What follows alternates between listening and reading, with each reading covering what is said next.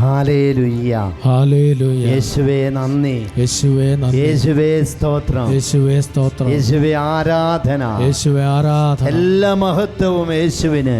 ആമേൻ. സഭാപ്രസംഗകന്റെ പുസ്തകം 10-ാം അധ്യായത്തിന്റെ 18-ാമത്തെ തിരുവചനം. സഹോദരങ്ങളെ, ശ്രദ്ധയോടെ ഈ വചനം ഒന്ന് ശ്രവിക്കണം. ഉടമസ്ഥൻ അശ്രദ്ധനായാൽ മേൽക്കൂര ഇടിഞ്ഞു വീഴും, അവൻ അലസനായാൽ പുരചോരും. വലിയൊരു കാര്യമാണ് സഹോദരങ്ങളെ ഈ വചനത്തിലൂടെ കർത്താവ് നമ്മളെ ഓർമ്മിപ്പിക്കുന്നത്. നമ്മൾ ഇന്ന് ജീവിക്കുന്ന ഈ ലോകം, ഈ കാലഘട്ടം നോക്കിയാൽ അലസരായ മനുഷ്യരെ നമുക്ക് കാണാൻ പറ്റും. അധ്വാനിക്കാതെ പണമുണ്ടാക്കുന്നവരുണ്ട്, വ്യയം ചെയ്യാതെ വേതനം വാങ്ങുന്നവരുണ്ട്. പ്രിയപ്പെട്ടവരെ, അങ്ങനെ ഒരു പശ്ചാത്തലത്തിലാണ് കർത്താവ് നമ്മോട് പറയാണ്, ഉടമസ്ഥൻ അശ്രദ്ധനായാൽ മേൽക്കൂര ഇടിഞ്ഞു വീഴും.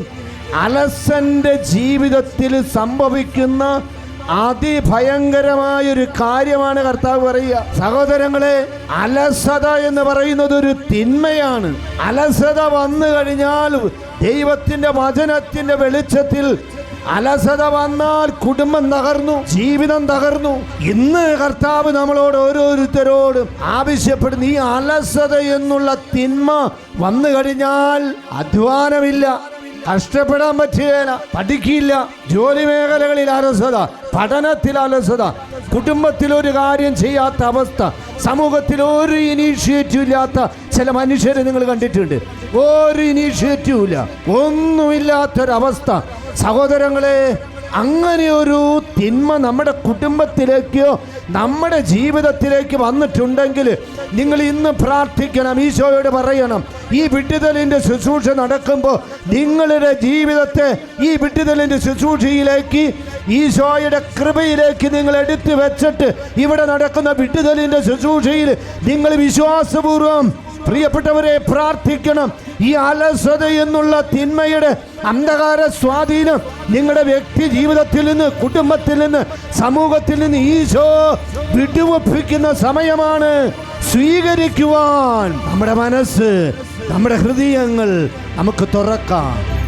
സർവശക്തനായ ദൈവമേ, കർത്താവേ, യേശുവേ കർത്താവേ, ഇന്ന് ദൈവമേ അങ്ങ് കുടുംബങ്ങളിലേക്ക് നോക്കണമേ, സമൂഹങ്ങളിലേക്ക് നോക്കണമേ കർത്താവേ, വ്യക്തി ജീവിതങ്ങളെ നീ കാണണമേ.